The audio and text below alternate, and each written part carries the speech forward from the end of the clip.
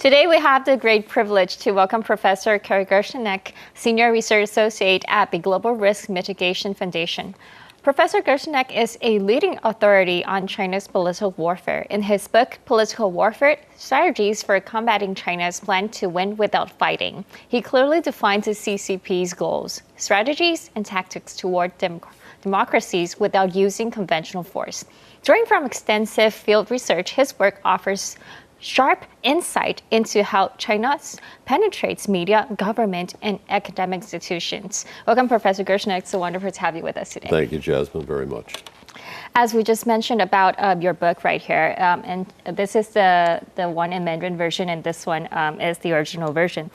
In your book, you mentioned how China's political warfare through goals, strategies, and tactics since 2020. Now, 5 years from 2020, now in 2025, do you see any changes or any advantages that they've proven since then? Yes, on the Taiwan side, there's been some progress, immense pressure from the Chinese Communist Party, of course, on Taiwan during that time, much more. On the U.S. side, not so good. And I'll talk about both in some detail in a moment. But first, let's define for the audience what is political warfare. So in the American perspective of it was devised by a State Department official named George Kennan back during the first Cold War. And that definition is very simple. It's political warfare is all means that a country uses short of mid-intensity kinetic conflict to achieve its political objectives. Pretty simple. It's everything short of mid-intensity conflict and its kinetic conflict. From the Chinese Communist Party perspective, it includes violence. It includes revolutionary wars, which they have initiated a great deal of since they won the Chinese Civil War and then instigated many revolutions and insurrections around Southeast Asia, Africa, and then South America. They even assisted there. It includes terrorism, but it's everything to include psychological operations, legal warfare, media warfare, co-opting the media, having their own massively funded, massively resourced media operations that get into the heads of their audiences, cognitive warfare, where they actually seek to control your brain, my brain, the brains of everyone watching this program today, and their children, and control what you think and how you think it. And then to destabilize that brain, to attack the brain as well. That's all part of cognitive warfare, which your country, which Taiwan is focusing on a great deal these days.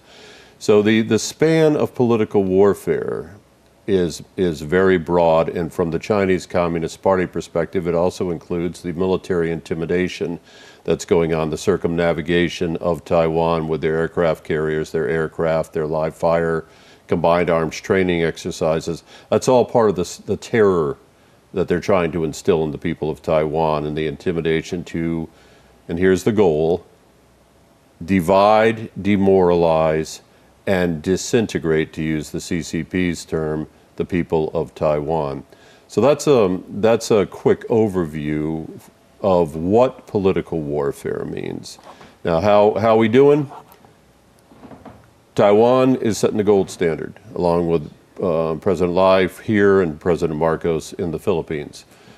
Both presidents have said we're going to fight. As a matter of policy, we are going to fight the Chinese Communist Party's political warfare. Why? It's fairly obvious, but for the benefit of those who question, everybody does political warfare. What makes the People's Republic of China's political warfare any better or any worse than the political warfare that the United States and the democracies used to win the first Cold War against the Soviet Union? Mm-hmm. Well, the difference is the nature of the regime. You always have to look first at the nature of the regime. The Chinese Communist Party, Jasmine, is an expansionist, militarily and economically powerful, Sino-fascist, genocidal, totalitarian regime. Nobody in this room with us right now, nobody watching us at this moment wants to live under a mass murdering, brutally repressive regime like the CCP. No one wants their children to grow up under the jackboot of a repressive genocidal regime like that. No one wants their grandchildren to grow up in that. That's why your president has said we'll fight, and President Marcos has. In the United States, by contrast, not such a good story. 5 years on from when that book was published, we still don't have a clear policy that we're going to fight like we did in the first Cold War with Kennan's definition, and then President Truman through President Reagan especially coming up with strategies for winning the war, going on the attack and winning in the political warfare battlefield. We don't have that. 4 years plus into after that book was published, for almost 5 years now, the United States doesn't have that policy that we're going to fight it systematically, doesn't have the strategy, doesn't have the objectives, all the strategic planning that you need to complete to include education, getting the resources, the training for the law enforcement and counterintelligence personnel, specifically to fight this on a holistic manner. We haven't got there yet. So if that answers your question, Taiwan doing pretty good despite massively increased pressure from the Chinese Communist Party. The U.S. still trying to decide how it's going to confront the situation. Indeed. As you just mentioned, there's obviously a massively increased pressure, or else why would the president be standing out and to point out those 17 tactics specifically on this cognitive warfare? And but the U.S., I think, will move on later on to discuss on the infiltration as how serious it is now in the United States. But as what you just mentioned in your book, you put Thailand as the case study. As you mentioned that China influenced Thailand's political, business, academic circles, and silenced criticism also in the public's perceptions about media. So I believe a lot of our audience wouldn't be relating China's its infiltration in Thailand. Mostly we would be thinking like the cognitive warfare might be focused on Taiwan. But you mentioned about the case study of Thailand. Can you be more specific on it? The Chinese Communist Party is at war globally right now. It's going on all around people in every country, in Europe, North America, South America, Asia, Australia, Oceania. It's being waged on a very massive scale, yet most people don't see it. Sometimes it's willful blindness. Sometimes they just haven't been educated what to look for. So in terms of the Thailand, the 2 chapters in the book on Thailand, there's also 2 chapters in the book on Taiwan.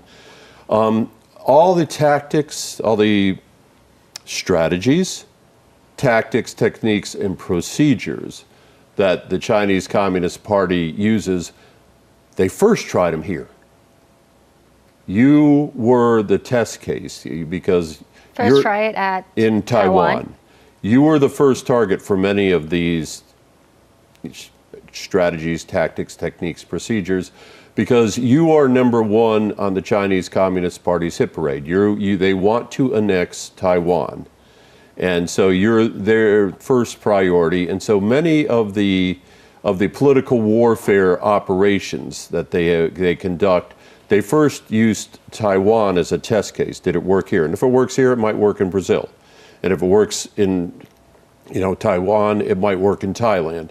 And so a lot of the concepts aren't necessarily new. Political warfare goes back thousands of years. It's just really? Lately, wow. it's gone on steroids with the capabilities. I'm sorry? Do you think it works? Because Taiwan is so different from other countries' situation. I mean, the relationship with China. Well, I think that you can defeat it, if that's what the question is. I think that the Chinese Communist Party's political warfare that they're waging against you has had some successes.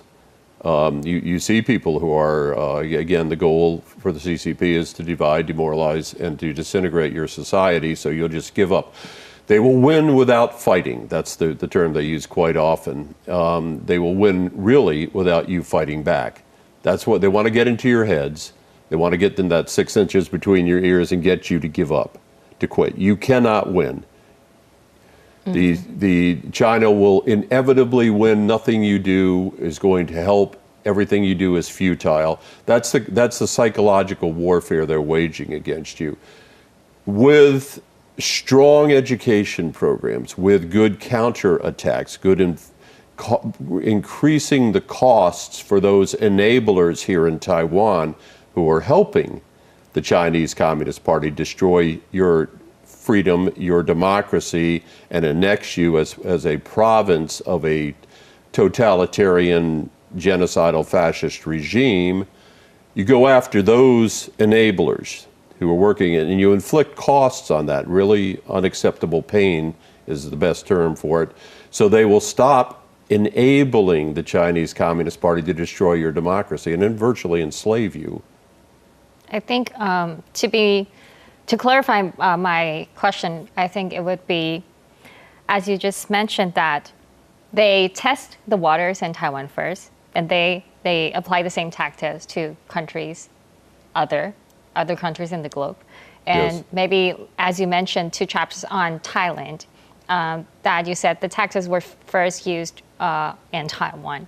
And what I would like to clarify would be, if the tactics would work first in Taiwan then to other countries, or if it's different condition, different situation, it might be different path. They are very good. The United Front Work Department, the Ministry of State Security, the Central Propaganda Department, they've gotten better over the years at tailoring their political warfare approaches to each country. As one example of media warfare, one of the 3 pillars of political warfare, they will now write articles, Xinhua articles, for example, or China Daily articles in, say, Portuguese to be printed in Brazil. They will print it in Thai. And so the news media in the country that they have agreements with will just rip off that story, and they'll put a local Thai journalist's name on the story. The journalist gets paid for that story, even though the journalist didn't write it. And then the people within that country basically see this propaganda, which is what a China Daily article is. It's propaganda, it's not news. And they accept it as God's truth because it's in their language, and it's got the name of a Thai journalist on the byline. So yes, you're absolutely right that it's not a cookie cutter approach everywhere. If it worked in Taiwan, you still have to adapt it for Canada. You still have to adapt it for the Solomon Islands, where the CCP has made great successes. In Australia, where again the CCP has made great inroads, you adapt it to the local culture, the population. Yeah, so as you said, you have to adapt to the local populations, but they do seem to be very infiltrating in different places, especially how the recent impact of Taiwan's failed recall campaign. A lot of people in Taiwan thinks this massive failure of the recall movement is a sign that the government stands toward China. Its attitude might maybe it's different from the public opinions, because a lot of those are pro-China legislators, but some said it's just because a lot of people, they didn't really know what they would want, but they don't want more violence in the political warfare. So what do you think on this failure of recall campaign? There's a number of local factors that played into that.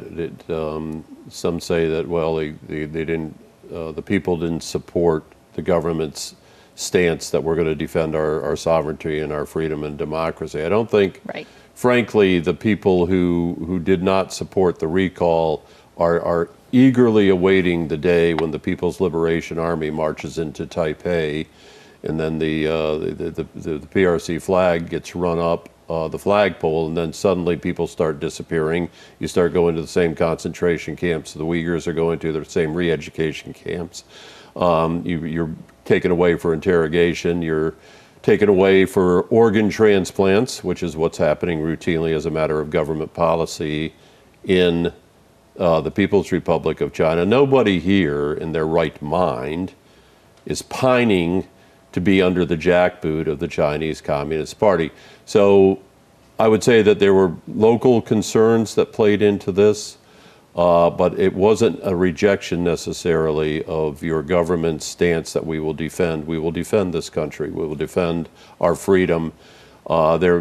There are other concerns as well that are beyond the scope of our interview today, but what you might recall is that roughly 85% of the Taiwan population says we either want independence, about 25% of the population says we want independence, and about 60% is saying we want the status quo, which means no PLA occupation, People's Armed Police occupation, and then all the clearly foreseeable repression that'll occur after that. So about 85% of the people are saying we don't want to be part of the People's Republic of China. So I wouldn't read too much into the recall outcome that regarding the effect of the political warfare by the CCP. They may have played a role. I'm told they did by people who are in government. That the CCP certainly did impact that recall. Won't get into what I've been told. It's just obviously that Beijing had a big stake in the outcome of that recall. What the other points that the people of Taiwan and those who supported the recall, who were trying to keep Taiwan from committing national suicide. And I say that because the Chinese Communist Party uses democracy to destroy democracy. Okay? So they're going to use our institutions. They're going to turn them against ourselves. We're going to, in this case, you've got legislative logjam designed specifically to bring the government to a halt, to bring defense to a halt. Again, there's a lot of factors that play into what is happening right now beyond the scope of this interview. But the point is, you're heading for national suicide. They're setting it up so your own institutions are used to sabotage proper functioning of government, and proper defense of your government on all levels, not just military, psychological defenses, resilience, resistance, the capacity of all your government ministries to operate, your local governments to operate in the event of a crisis. If that is all paralyzed through democratic processes, you've committed national suicide in the name of democracy. No one wants that. So I think that there's going to be a bounce back. It's going to be a rebound. That week was a very bad week for President Lai. The recall failed. President Trump did not allow him to transit the United States to go to South America, Latin America, to visit friends and allies down there. And then to top it off, another punch to the chest was that America levied a 20% tariff. So that was a very bad week. President Lai's polls are down to about 33% last I saw. Could be changed. And you will think back that at this time in President Tsai's presidency, first presidency, she was at 29%. And yet she came back with the right policies and the right strong leadership to win the next election with a 20-point margin. So there's ups and downs in this fight, Jasmine. There's always going to be. We're going to take hits. We pick ourselves up off the ground, get up, dust ourselves off, and we get back in the fight. Things change. So I wouldn't be too pessimistic, and I especially wouldn't denigrate the views of the people, the good people of Taiwan, about them being ready to give up at this point and not support the government taking a strong stand on defending their freedom and democracy. Wow. Things change. Things change. And I also like to dive into what you just mentioned, that their tactics might be using democracy to turn against democracy. Right. As I like to cite what you cited it, that in your book, scholars mentioned that China has shifted their tactics from winning hearts and minds towards fostering instability and undermining democracy. about that, what's the change behind that mentality? And also, speaking of what we just discussed about now, Taiwan's political environment is very, very polarized. And is the environment now playing more in favor for China, even though, as you just mentioned, and as I believe, I don't think most Chinese people would be going to the other extreme, but this political environment is very different now. Would it be in favor for them? I'll answer your last question first. Of course it is. Of course, this is the basis for cognitive warfare that is being waged by the CCP against you. And again, good leadership on your government's part that you've recognized cognitive warfare, the effort by the CCP to control your brains. Very advanced, uses technology. It's different than other forms of information warfare. They literally seek brain control. And they'll damage your brain through something called neurostrike if they can't get you to think the way they want you to think and act the way they want you to act by taking control of your brain. It's much more complex than that, but again, in this short interview, let me just say that cognitive warfare is designed to exacerbate that polarization that you just alluded to. Taiwan is polarized, America's polarized. If we both go down that route, eventually we'll self-destruct. There's got to be some sort of meeting of the minds that says we're self-destructing by fighting each other and we're being manipulated by a regime that wants to annex us, take away our democracy, take away our freedom, and make us a province of the People's Republic of China, so let's stop what we're doing.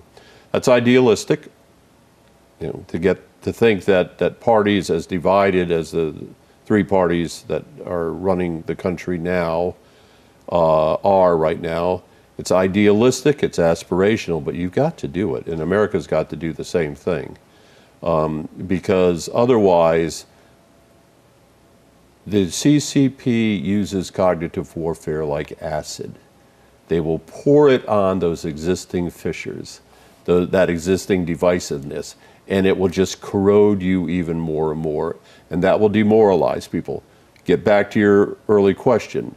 They did give up on winning hearts and minds. They know they're not going to win that because every poll shows that the younger generations do not identify with being Chinese. About 3% of the people identify with being Chinese in the sense of mainland, or not mainland, but People's Republic of China Chinese. That's not going to change. That's going to continue to be, they're going to continue to diverge from any affinity with being Chinese. So what do they do when they can't win your hearts and mind? They'll beat you into submission. And that's through cognitive warfare, political warfare. Cognitive warfare is a subset of political warfare.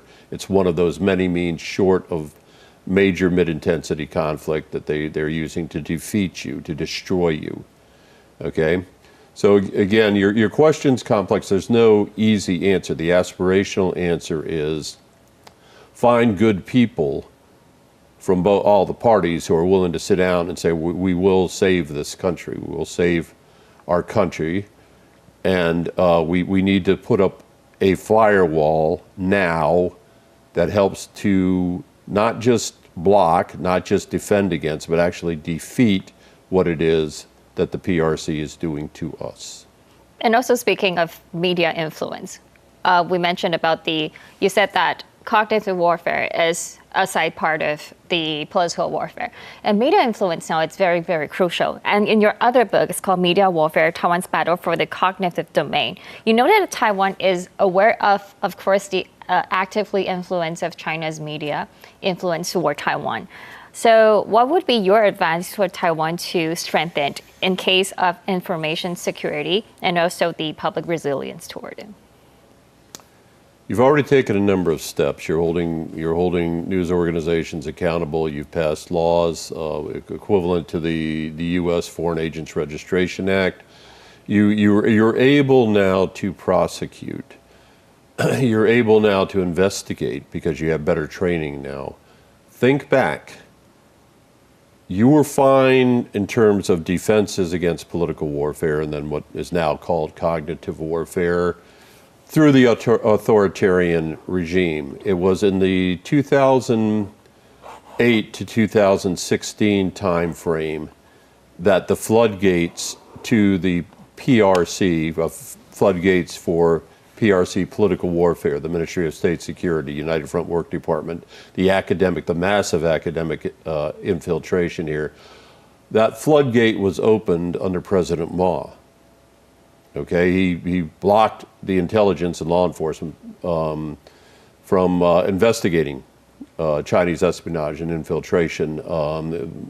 A massive number of exchanges, academic exchanges. When you send these young PhDs who never done nothing most of their life since they were in preschool, in kindergarten, and then K through 12, and undergrad, and then graduate, and then getting their PhDs, they've been in the classroom all their life. They're socially a little bit awkward.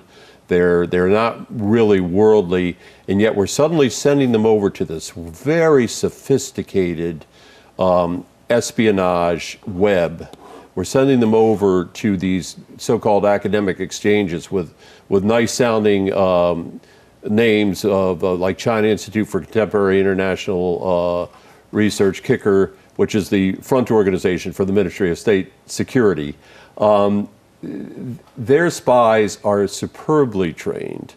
The lambs we sent over there to be harvested and slaughtered in not a literal sense, but had no preparation for what they were going over to. Many of them were co-opted. I've interviewed a number of them, what happened to them when they went there, the ways they were enticed, seduced, offered money for simple papers at first, just say what the party wants you to say. And then they came back and began infiltrating your academic institutions. And so those floodgates that were open from 2008 to 2016, it's very hard to close them now. It was hard for the first Tsai administration, especially because the DPP coming into power didn't have a lot of experience with getting legislation passed on that. But you got more sophisticated. What you're doing now is light years ahead of what you were doing when I was here back in even 2020. Okay, so there's hope. There's ways you can continue to advance. You've set up a cognitive warfare research center with the Ministry of Justice Information Bureau. You're beginning to communicate much better now with foreign governments. Some of it's made the headlines, some of it shouldn't make the headlines. But the point is that people around the world are saying Taiwan knows what's going on. We'll ask Taiwan. And so there's a lot more exchange of how we, on a broad, united front basis, how we start fighting back together. So I'm optimistic. I see hope. I see advances. Yeah, again, we're going to take hits along the way. You always do in a war. You just get back in the fight as soon as you can, and you continue to have your good minds, your brave, strong leaders, and the good people of Taiwan back the measures necessary to stop this totalitarian regime from annexing your country. But do you feel equally optimistic of what's going on in the U.S.? There's this document right here, and we know that U.S. seems to also be infiltrated by China in political and media warfares. How's that been going? Not so good. For 2 years, I advised the Congress of the United States on an investigation by the House Oversight Committee on Chinese Communist Party political warfare against just the U.S. government, not at the state level like they've done in New York State and California. They've had massive successes there and in Michigan, but just at the U.S. government level. After 2 years, this 300-page report came out, and basically out of 25 agencies that were investigated and had to come in and testify, and a great deal of effort went into investigating what they were doing and what they were not doing, the outcome was an absolute catastrophe in terms of the assessment made of the U.S. government. We are doing very poorly in detecting, deterring, countering, and defeating Chinese Communist Party infiltration and co-option of our own federal government. So that report, that 300-page report on the desk, that's being used ideally by the Trump administration to begin at least patching up some of the holes in our, the floodgates that have been opened in our own country. The problem that I see right now, though, is that President Trump is a little too eager to get that trade deal with Xi Jinping, and is giving preemptively, giving concessions that I don't think we need to be giving.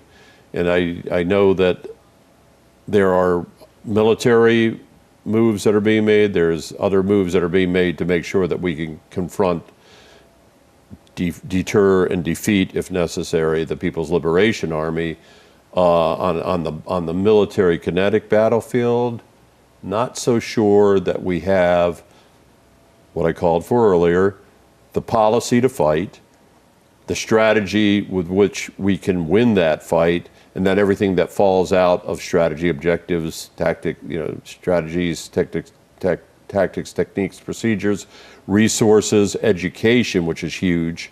You've got to start educating an American public that is just as oblivious to what's happening on the political warfare battlefield as many of the people in Taiwan.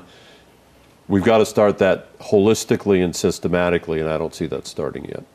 And that is very crucial. Thank you so much, Professor Gershnek, for sharing with us all your meaningful insight. It's very meaningful to us, to our Taiwanese audience, that awareness must be raised. And as you mentioned so much, that your awareness, your insight shared with us today has helped us strengthen our democratic resilience. So thank you so much. Thank you so much, Jasmine, for having me on the show.